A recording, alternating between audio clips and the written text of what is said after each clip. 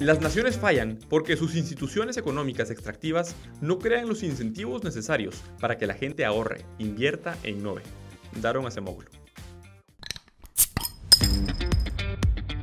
Bienvenidos a Fuera de Contexto, un podcast fuera del contexto de la rutina, de lo cotidiano, para ponernos en contexto del acontecer político del país. Poniendo todo sobre la mesa mientras conversamos con invitados de primera. Preparen sus cervezas para que hagamos política, porque si no lo hacemos, alguien lo hará por nosotros. Empezamos. Un podcast de República. Hoy es jueves 12 de noviembre, bienvenidos a una emisión más de Fuera de Contexto para mí. José Fernando Orellana, es un gusto por acompañarlos en este podcast que es traído a ustedes por República. Hoy para hablar de un tema que creo que a todos nos interesa porque todos nos topamos con ese problema todos los días. Y tal vez pueda sonar efímero o un poco burdo el ejemplo, pero desde que salimos de nuestra casa, por lo menos un par de baches nos encontramos en la carretera o en la calle.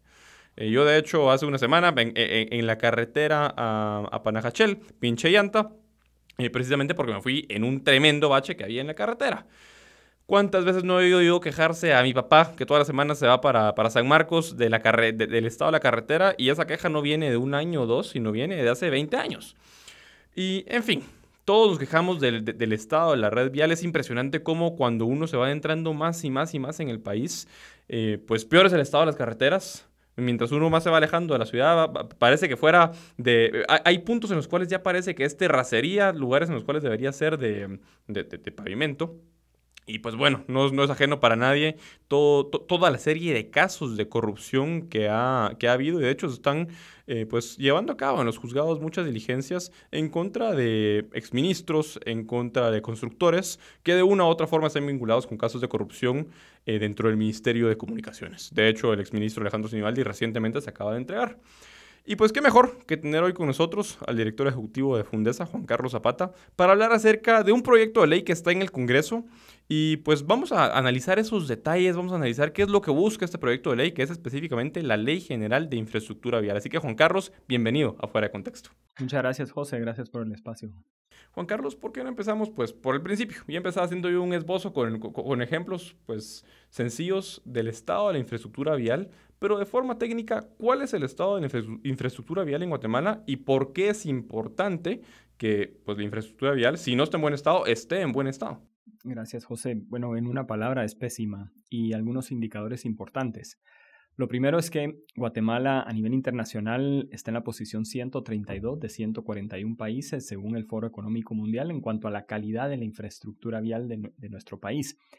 Y esto es importante reconocer que nos pone en el último lugar de América Latina. Solo estamos mejor que Haití y algunos países de África, para tener una idea clara. Cuando vemos cuántos metros de red vial por habitante tenemos en Guatemala, tenemos apenas 1 metro de red vial por habitante, cuando países como Estados Unidos tiene 20, Costa Rica tiene 8, incluso El Salvador tiene 2.5. Entonces somos el país de América Latina con la menor cantidad de metros de red vial por habitante. Por el otro lado, pues para nadie es secreto al salir a diferentes provincias de varios departamentos del país, nos podemos encontrar con que no solo Guatemala no tiene esa redundancia que debe tener cualquier red de infraestructura vial, es decir, que vos puedas llegar a un lugar por varias carreteras. Hoy por hoy, si uno quiere ir a Cobán, si uno quiere ir a Izabal, pues es una sola carretera la que te lleva.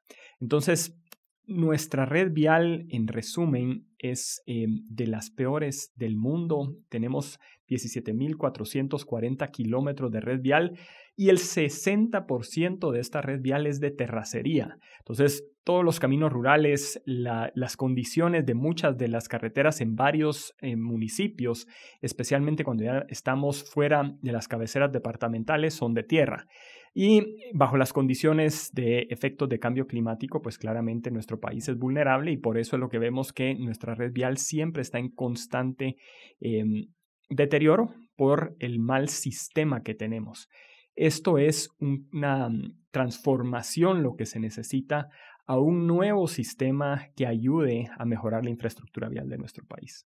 Juan Carlos, yo te digo, de lo que llevo trabajando, que son 5 años en temas de, no solo de derechos, sino de políticas públicas, he visto pasar cualquier cantidad de reformas a la ley de contrataciones del Estado, que se presenta una reforma al artículo tal, que sea un nuevo artículo a la ley de contrataciones, y por más que han pasado reformas, por más que en el 2012 se hizo una última reforma, así tal vez sustancial, se podría decir, pues nada cambia. O sea, se siente que los años siguen pasando y todo sigue estando exactamente igual. Mencionaba la carretera, por ejemplo, de Guatemala a San Marcos, y el estado de esa carretera es ridículo, el estado en el que está. En ese sentido, la Ley General de Infraestructura Vial, esa iniciativa de ley que está que está en el Congreso de la República y a punto de ser aprobada, ¿cuáles son los principales cambios que introduce? O sea, ¿por qué, por ejemplo, podemos decir que esta ley, si bien es cierto que no es una varita mágica que de la noche a la mañana vamos a tener carreteras por todo el país, ¿qué cambia esa ley que hace que pues, sea una buena iniciativa de ley para el desarrollo de infraestructura vial en el país? Es un cambio completo de sistema y tiene por lo menos 5 temas que son importantes que hay que explicarlos. El primero es que cambia el sistema de pago para la red vial. Es decir, hoy el gobierno paga a un constructor privado, y eso es importante decirlo porque pareciera como que es el gobierno el que hace carreteras. Hoy es un privado el que hace la carretera, y lo que ocurre es que el gobierno le paga a ese constructor privado, pero el mantenimiento es separado y muchas veces ni siquiera se tienen los recursos para el mantenimiento. Entonces, el incentivo del constructor es entregar una obra con las peores condiciones para salir rápido del proyecto y que le paguen. El nuevo sistema. Perdón, ¿y el mantenimiento quién se lo da? El mantenimiento bajo el sistema actual, hoy por hoy, es subcontratado aparte y muchas veces ni siquiera se presupuesta y por eso hay tantas carreteras que no tienen mantenimiento. Con el nuevo sistema que propone la Ley General de Infraestructura Vial, el gobierno no paga ni un centavo hasta que la carretera no esté concluida y empieza a pagar únicamente una anualidad por un periodo de 20 a 30 años en donde se incluye el mantenimiento, y entonces lo que paga el gobierno no es la construcción de la carretera, es el pago por el servicio de tener una carretera en buenas condiciones. Entonces se paga por indicadores, de uso. Cada contrato tendrá sus especificaciones de la calidad, del número de kilómetros que va a tener, de cada cuánto se tiene que realizar el mantenimiento. Todas las especificaciones técnicas deben quedar en el contrato establecido para cada tramo carretero. Entonces ese es el primer cambio. El segundo, que te diría que también es muy importante, especialmente cuando hablamos de infraestructura vial, es que se transforma el servicio civil dentro de una superintendencia de infraestructura vial que estaría a cargo de toda la infraestructura que cruce más de 2 municipios. Las carreteras, las calles, las avenidas que son municipales, eso queda bajo su circunscripción municipal, responsabilidad del alcalde, tal y como es ahora. Cualquier carretera que conecte 2 o más municipios y fronteras o puertos, esas son responsabilidad de la CIVIAL. ¿Y por qué esto es importante? Porque la CIVIAL pues es una unidad técnica que estaría adscrita al Ministerio de Comunicaciones, pero con su propio régimen de servicio civil, lo cual le permite a la entidad contratar a las mejores personas para poder estructurar proyectos, que es una de las debilidades que tenemos como país. 3 cambios importantes adicionales. Se regula el derecho de vía para que no tengamos que ir al Congreso cada vez que se hace un tramo, como pasó con el libramiento de Chimaltenango, que se tuvo que ir al Congreso primero a aprobar el derecho de vía. Se también regula el uso del subsuelo, que también es importante porque Guatemala ya necesita conectar túneles para poder empezar a generar mejor conectividad en diferentes ciudades intermedias. Y por último, que también es un tema crítico, es que todo el mecanismo que genera la CIVIAL es transparente porque por ley todas las decisiones tienen que ser subidas a su portal de internet y esto genera competencia, transparencia, calidad en el gasto público para licitar las carreteras a las mejores empresas del mundo. Aquí estamos hablando de pasar de que hoy las carreteras que construyen muchas veces son los mismos constructores, a pasar a un sistema de competencia, de libre mercado, en donde realmente se abre a que más empresas puedan competir por estos tramos carreteros. Juan Carlos, hay tal vez dos puntos de los que mencionaste que, ojo, o sea, si quisiéramos analizar esta ley, pues es un trabajal. Yo les digo, en el trabajo le comentaba a Juan Carlos que me tocó analizarla y yo dije, sí, va a ser una cuestión de 2 días. Me tardé casi 2 semanas en hacer un análisis de la ley, de la iniciativa. Pero en ese sentido, Juan Carlos, me generan 2 dudas y pues jugándole un poco al abogado del diablo. Uno de los puntos más criticados, tal vez, en algunas esferas, por lo menos en esferas liberales, es el tema de la creación de una superintendencia. Porque, pues, a primera impresión es, bueno, ¿para qué vamos a crear una superintendencia de infraestructura vial si ya tenemos un Ministerio de Comunicaciones que, pues, según la ley del organismo ejecutivo, está encargado, ese ministerio, de, pues, gestionar todo lo relativo a las carreteras y a la infraestructura vial? Entonces, en ese sentido, no hay una duplicidad de funciones entre el ministerio y la superintendencia, eso por un lado. Y por otro lado, pues quisiera profundizar un poco en el tema del derecho de vía que mencionabas, que no me quedó completamente claro a qué te referís por eso.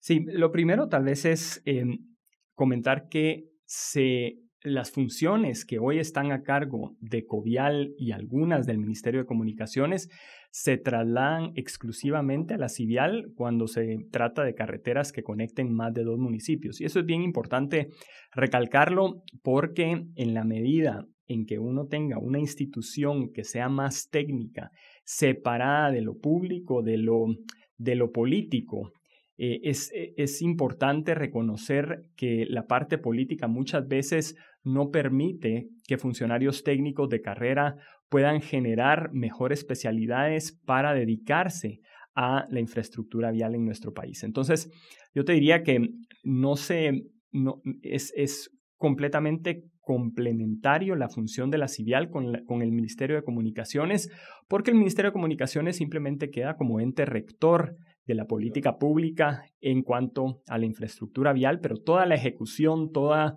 la estructuración del proyecto, la licitación, el seguimiento, la supervisión de las obras, todo eso queda a cargo de la Superintendencia de Infraestructura Vial.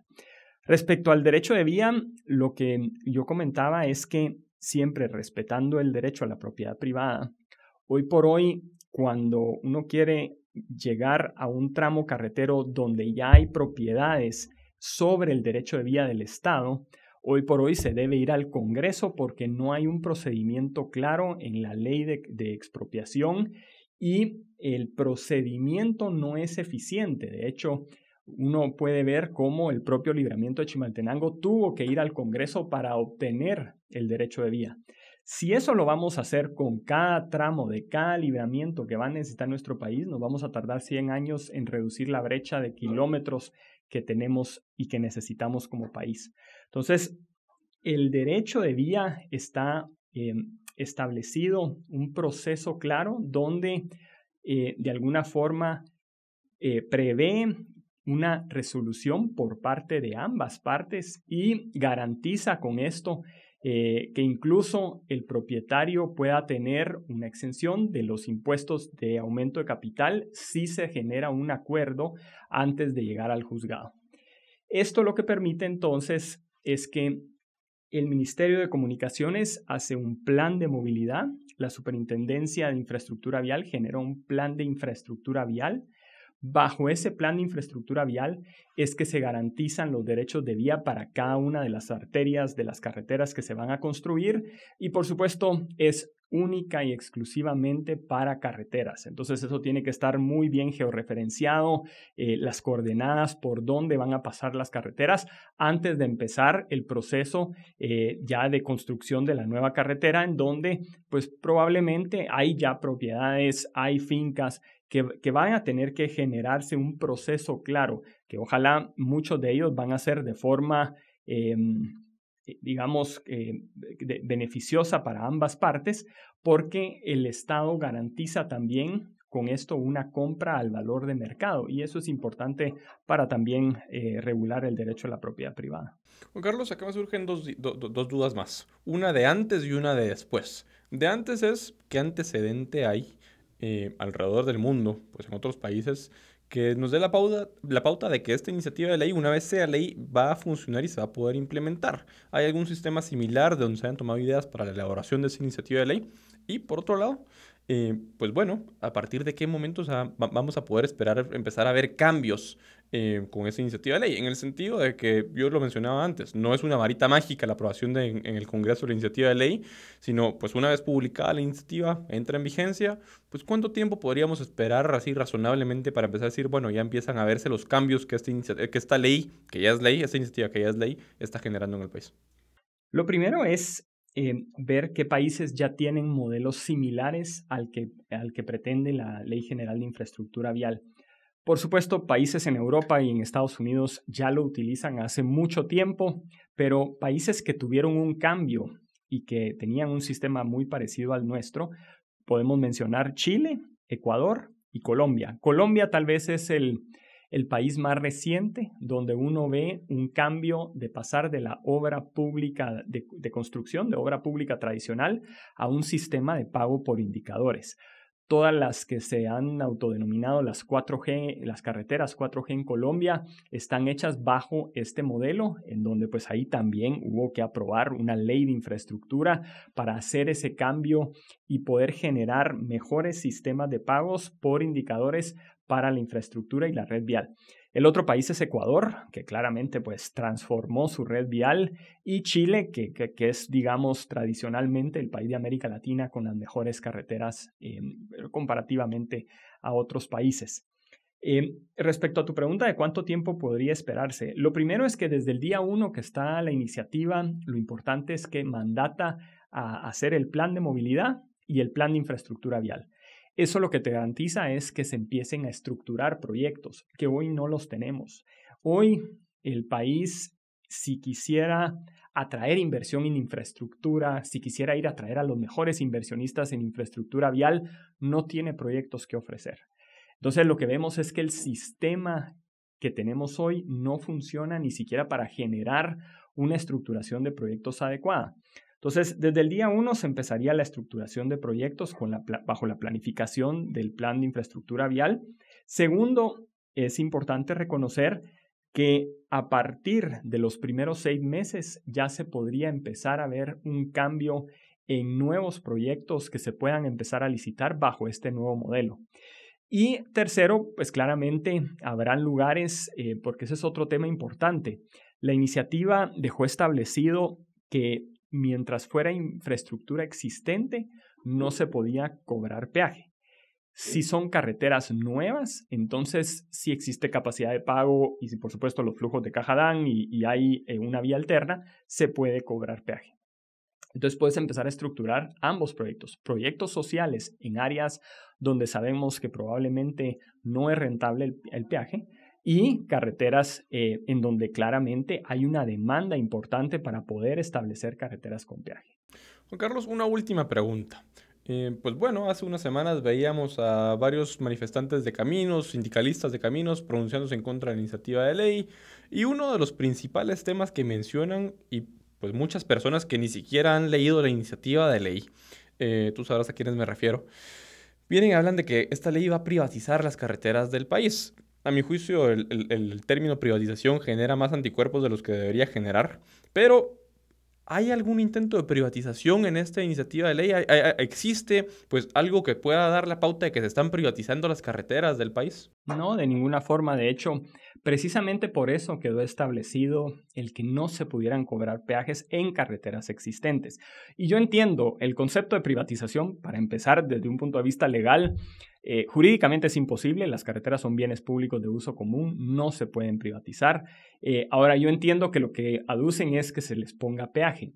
Por eso, precisamente, quedó establecido que en las carreteras existentes no se podrá cobrar peaje. En carreteras nuevas, con lo cual pues no se estaría privatizando nada porque no había nada, se podría cobrar peaje si existe una ruta alterna y por supuesto si existe suficiente flujo de caja para que lo amerite. Siéndote muy franco, Guatemala tiene hoy 17.440 kilómetros de red vial.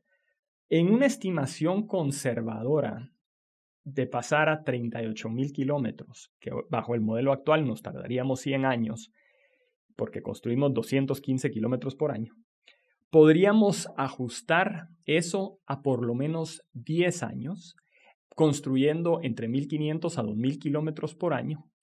Así es que hay suficiente red vial en donde en algunos lugares en donde existe capacidad de pago, que podrá ser el 20% de esos 38.000 kilómetros, el resto van a ser financiados por el gobierno a través del impuesto a la distribución del petróleo. Ahora, ¿cuál es la diferencia con el modelo actual?